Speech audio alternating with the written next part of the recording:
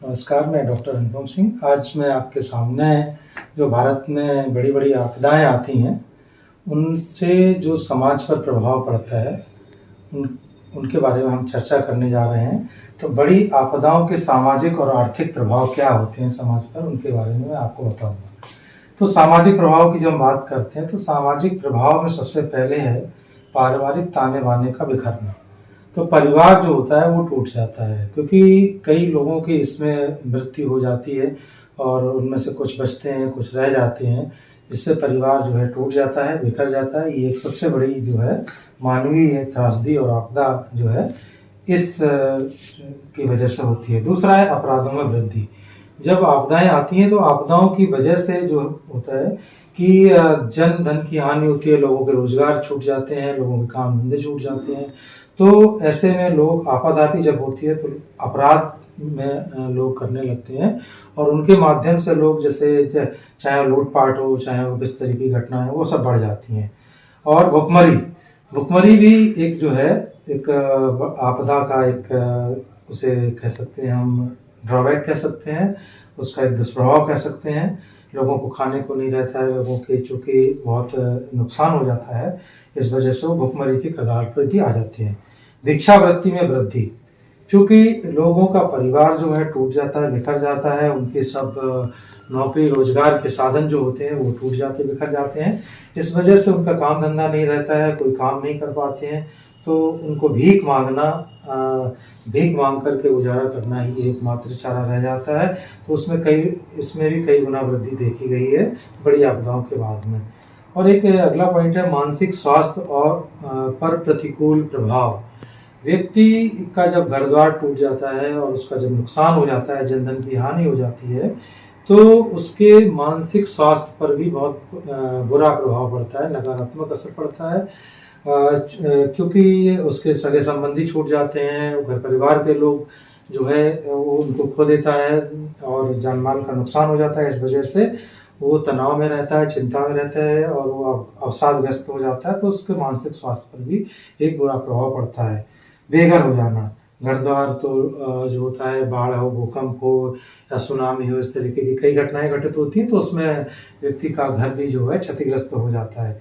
शिक्षा में बाधा, शिक्षा व्यवस्था या कोई भी व्यवस्थाएँ जो पहले से जो रूटीन में चली आ रही होती हैं, उनमें भी ये बड़ी आपदाएँ जो हैं वो व्यवधान उत्पन्न करती हैं, बाधा उत्पन्न करती हैं। और स्वास्थ्य सेवाओं पर भी संकट आ जाता है, क्योंकि कहीं अगर पानी भर गया, कहीं घर मकान टूट गए या अस्पताल भी उसमें संकटग्रस्त हो जाते, टूट जाते हैं, तो उन स्वास्थ्य सेवाओं पर भी बहुत बुरा एक नकारात्मक असर पड़ता है। सामाजिक प्रभाव से ही मिलता-जुलता है आर्थिक प्रभाव, दोनों एक-दूसरे से जुड़े हुए हैं। तो उसमें निर्धनता जो है, निर्धनता यानी कि गरीबी जो है, गरीबी बढ़ जाती है। अगर आपदाएँ आती हैं, तो अगर उनका रोज़गार छिन जाएगा, बेरोज़गारी जैसा कि लिखा अगला पॉइंट बेरोज़गारी हो जाएगी, तो बेरोज़गारी में वृद्धि जो है निर्धनता को भी बढ़ावा देती है। तो उसके बाद में भ्रष्टाचार भी बढ़ जाता है, ठीक है, लोग गलत काम भी करने लगते हैं किसी तरीके से अपनी आवश्यकताओं की पूर्ति के लिए। विकास कार्यों में बहुत बड़ा व्यवधान या अवरोध उत्पन्न होता है, तो ये भी है। और मूलभूत ढाँचे का संकट अगला पॉइंट है, इसमें सड़क है, बिजली है, पानी है, मकान है, संचार व्यवस्थाएँ हैं, ये सब ध्वस्त हो जाती हैं। सड़क टूट गई है, बिजली पानी के खंभे गिर गए हैं, पानी की पाइपलाइनें जो है वो टूट-टाट गई हैं। तो इस तरीके की जो समस्याएँ हैं वो उत्पन्न हो जाती हैं। तो मनुष्य की जो बेसिक आवश्यकताओं की पूर्ति के साधन ही जब नष्ट हो जाते हैं, तो उन्हीं को खड़ा करने में हमारा समय और पैसा बर्बाद होता है, तो ये एक समस्या उत्पन्न होती है। ऋणग्रस्तता, जब लोगों के पास धन नहीं होगा, रोज़गार नहीं होगा और गरीबी होगी, तो वो फिर उधारी माँगेंगे, कर्ज लेकर के अपने जीवन को यापन करेंगे। तो ऐसे लोग कर्ज के संकट में फँस जाते हैं और कहते हैं कि निर्धनता ही निर्धनता को जन्म भी देती है। आर्थिक असमानता का यहाँ से तात्पर्य है कि जो ये विपदाएँ आती हैं, बड़ी आपदाएँ आती हैं, वो गरीब लोगों को और निर्बल लोगों को, असहाय लोगों को ज़्यादा बुरी तरीके से प्रभावित करती हैं। क्योंकि वो झुग्गी-झोपड़ी में रहते हैं, वो इस तरीके से वो उनके मकान कच्चे होते हैं और ज़रा से भी अगर इस तरीके से कोई घटनाएँ घटित होती हैं, तो वो सब तहस-नहस हो जाती हैं। तो ऐसे गरीब लोग और इसकी सबसे ज़्यादा मार जो है मतलब आपदाओं का मार जो है दुर्बल वर्ग झेलता है। उसके बाद और उद्योग धंधों में भी हानि होती है।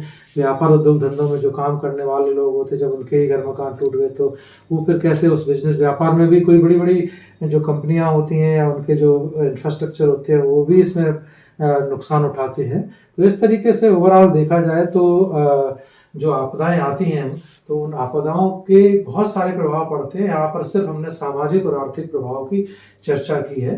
बाकी राजनीतिक है और आप कह सकते हैं कि नेट और भी कई तरीके की समस्याएं जीवन में उत्पन्न होती हैं। मैंने खास तौर से इन 2 समस्याओं पर फोकस किया है। धन्यवाद। जय हिंद।